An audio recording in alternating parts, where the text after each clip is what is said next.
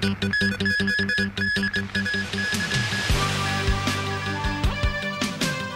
州列車出軌墮橋事故增至35人死亡，超過200人傷。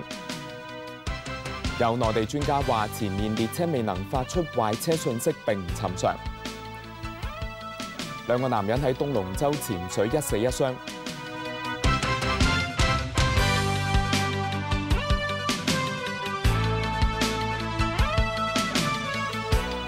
各位，內地一列和諧號列車喺浙江溫州俾另一部列車撞到，一共6節車廂出軌，其中4節跌咗落橋底，最少35人死亡，包括2個外國人，另外200幾人傷。國家主席胡錦濤同總理溫家寶指示盡力救人，並且查明事故原因。而鐵道部就發出緊急命令，要求各地嘅鐵路部門全面檢查路軌同埋列車。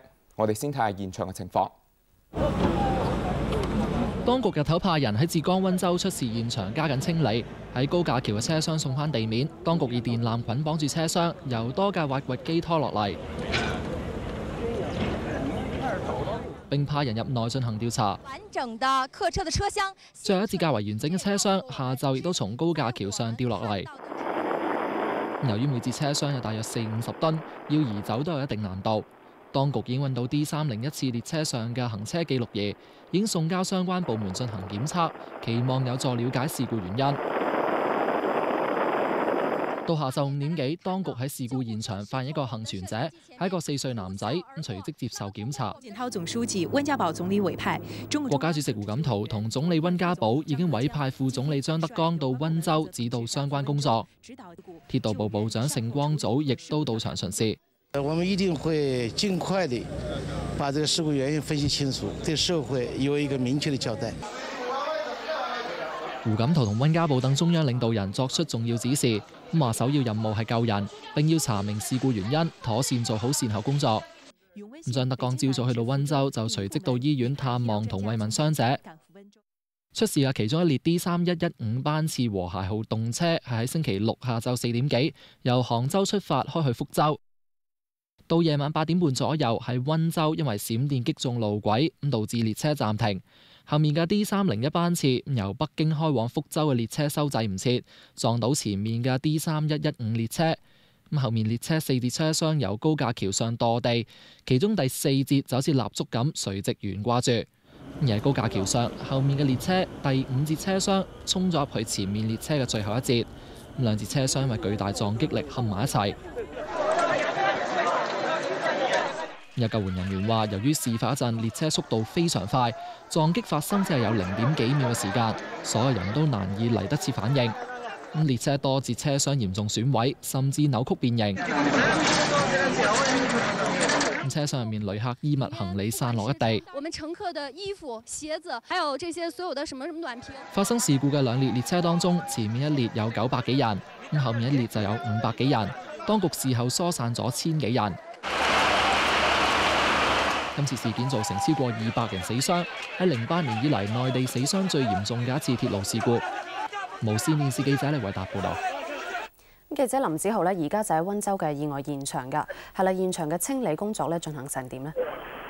頭先而家嗰個嘅清理嗰個工作咧，其實可以話咧都係進展係相當順利㗎。咁因為咧大概喺15分鐘之前呢，喺橋上邊嘅最後一段嘅車卡咧，就已經咧係利用咗2個大型嘅吊臂，就已經掉咗落嚟呢個地下㗎啦。咁但係咧就所有咧係出事嘅車卡咧，而家仍然咧係喺個橋底下邊咧係仲未運走㗎。咁而家咧就工作人員咧，雖然咧係呢度咧已經係個天氣咧變得相當之惡劣啦，因為咧就可能係透過個電話裏邊咧聽到咧就係呢度係落緊呢一個嘅狂風同大雨㗎，咁亦都不時咧係有一個打雷㗎。咁但係咧佢哋而家仍然咧係喺度進行呢個搶修嗰個鐵路㗎。咁但係咧呢一個情況能唔能夠持續咧，就都大家都仲未知㗎。因為咧根據當地嘅居民講咧，而家呢個咁樣嘅天氣咧，就正就係尋日咧出事時候咁樣嘅天氣嚟㗎。咁所以咧，因為關顧到嗰個嘅安全嘅問題咧，可能咧係佢哋進行一啲嘅修理之後咧，可能咧都係要被迫咧就要暫停㗎啦。嗱，我哋繼續會喺呢一度咧跟進住事態發展嘅，先將時間交翻俾香港新聞部。好啊，咁而200幾個傷者就分別送到溫州多間醫院搶救。有坐喺被撞列車嘅乘客話，事發嘅之前呢係不時都行雷，列車曾經多次停低，咁之後就俾後面嘅列車撞到。由林子豪喺溫州報導。幾節出事嘅車廂損毀嚴重，有善後嘅工作人員喺跌落地面嘅車廂入邊清理同調查。現場原本正係進行緊工程，周圍一片都係泥濘。多部挖泥機喺附近挖掘，希望加快鋪好路面，等更多嘅起重機同埋工程車可以到場。有圍觀者話，坐過更加高速嘅高鐵，呢次見到車速較慢嘅動車線都出意外，擔心再坐和諧號列車嘅安全問題。以前乘過高鐵啊，感覺到高鐵速度這些都還很快，都很好。但是現在出了車禍的話，這樣之後的話，感覺到有點不安全啊。列車墮橋嘅地方呢，就係政府已經徵收咗，咁但係仲未開發嘅土地嚟㗎。咁居民都話咧，今次係不幸中之大幸，咁因為再過幾百米呢，就係民居。咁如果事故喺嗰度發生呢，後果不堪設想。距離車禍現場最近嘅溫州康寧醫院，一度收超過50個傷者，咁床位唔夠，傷者瞓滿喺大堂。咁其中一啲傷勢較重嘅傷者已經轉到省級嘅醫院治理。院方又喺電子屏幕公布傷者名單，方便家屬查詢。有傷者喺事發嘅時候坐喺前邊嘅列車上邊，話事前行雷，列車幾度停咗落嚟，每次3至到10分鐘，咁之後就出事。撞擊一下子撞的那個，我以為急剎車，一下子撞擊咗2、3次這樣子，我說完了出車禍了。這時出車禍，我也什麼事也都不知道，還有小孩在我身邊嘛，男的都去敲那個玻璃，後來我們都慌得都想找來找去，他們說鎮定鎮定。亦都有傷者憶述，佢坐嘅 D301班次列車撞上前邊列車嘅時候，劇烈搖晃。當時就是車子搖晃了一下，然後就斷電了嘛，然後就很大聲的在裡面那種聽到那外面很大聲的響嘛，那個撞擊的聲音嘛，然後人就被他掀過來，掀到那個對面嘛，然後又沒抓牢，然後又被甩過來甩過去，然後最後就是聽到一聲很大聲的砰一聲。佢又話：原本以為事故唔嚴重，獲救之後先至見到前邊有車卡墮橋，傷亡慘重。無線電視記者林子豪，溫州報導。有內地專家話，雷電可以造成電纜短路，令到列車停頓。但今次連自動閉塞系統都失靈，未能向尾隨嘅列車發訊息，並唔尋常。由駐北京記者鄭思思報導。有災害專家話，列車穿州過省，經常喺空曠嘅地方，容易俾雷電擊中。而鐵路嘅電纜電壓一般只係有25,000伏，但係被擊中嘅時候，電壓可能上升到1至5倍，令到電纜上面嘅絕緣系統失效，造成短路。供電的那個配電室啊，它裡面有一種叫自動保護裝置。就是說遇到這種對地短路，它就會自動跳閘，把那個電閘啪打開了，這樣跳閘以後，線路就沒有電了。研究內地鐵路嘅學者亦都話，列車冇電會癱瘓停頓，但一般情況下仍然可以傳送列車距離嘅信息俾隨後嘅列車。今次系統失靈並唔尋常。就這個事故，我覺得是比較意外的，因為中國的鐵路啊，特別是這個客運專線，這是標準比較高的客運專線上，它都是有自動閉塞系統的。如果前面的一個車佔用了這個區間的話，那麼後邊的車就會自動的向後邊的車發出信號，它不會過來，它也過不來。所以我就不知道為什麼這次能夠這個自動閉塞系統整個都失靈了。有學者就話，發展高速嘅鐵路可以便利交通，促進人流物流，但因為成本太高，亦都未必符合經濟效益。無線電視駐北京記者鄭思思報導。今次出事嘅和諧號列車屬於動車路線，而唔係高鐵線。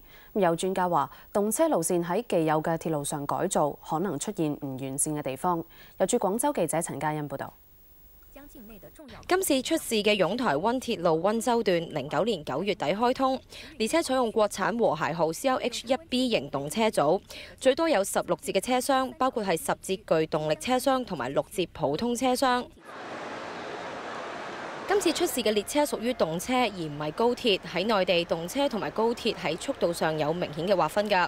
時速250公里以上嘅列車路線稱之為高鐵線，至於動車最高運行時速大概200公里。高鐵同埋動車車次嘅標示方法亦都有分別㗎。G 字開頭嘅車次係高鐵 ，D 字開頭嘅就係動車。G 同埋 D 分別係高字同埋動字普通話漢語拼音嘅首個字母，所以今次出事嘅 D301次同埋 D3115次都係動車。有專家認為動車一般喺原有嘅鐵路基礎上改造，技術上可能有不足之處。由於呢，它是在原有的網線。鐵路網線呢進行改造，有些方面呢可能還有一些不匹配、不完善的地方，可能出現一些磨合，是可能有在所難免的。但是呢，高鐵呢，由於它的速度要求比較高，那麼我們需要重新對地質、路基的各方面呢重新規劃、重新設計。廣深港高鐵嘅廣深段有可能下個月通車。胡集之話：呢條鐵路嘅時速超過300公里，屬於高鐵而唔係動車，安全要求應該會大大提高，唔能夠同溫州嘅事故混為一談。香港公共專業聯盟話：廣深港高鐵香港段同內地高鐵聯網，如果內地信號系統出事，擔心會影響到香港段嘅安全。除咗話我哋香港段呢一段部分呢係嘅工程質量可以比較保證之外呢，我哋唔能夠忽略呢成個系統運行呢係要靠內地成個高鐵網絡嘅。內地嘅信號系統出事嘅話呢，一樣會影響到香港段嘅安全。佢話特區政府應該成立專家組，確保高鐵系統嘅安全。無線電視駐廣州記者陳嘉欣報道。